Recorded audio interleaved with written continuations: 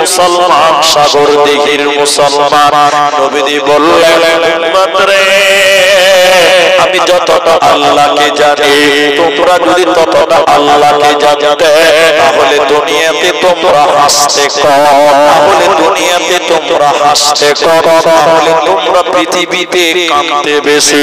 আমি যতটা আল্লাহকে জানি তোমরা যদি ততটা আল্লাহকে জানতে পারো দুনিয়াতে বেশি বেশি করে কাঁদবে আর বেশি বেশি কাঁদবে কম কম হাসবে।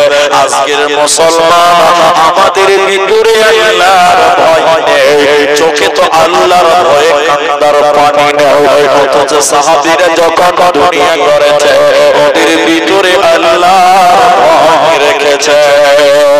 হযরত সিদ্দিক আকবর আমিরুল মুমিনিন হযরত আবু বকর তিনি যখন নামাজ পড়তেন এত কাঁদতেন এত কাঁদতেন এত কাঁদতেন পাড়ার ছেলে মেয়েরা নবীজির কাছে যে বিচার দিল রাসূলুল্লাহ আপনার শ্বশুর হযরত আবু বকর নামাজে এত কাঁদে কেন?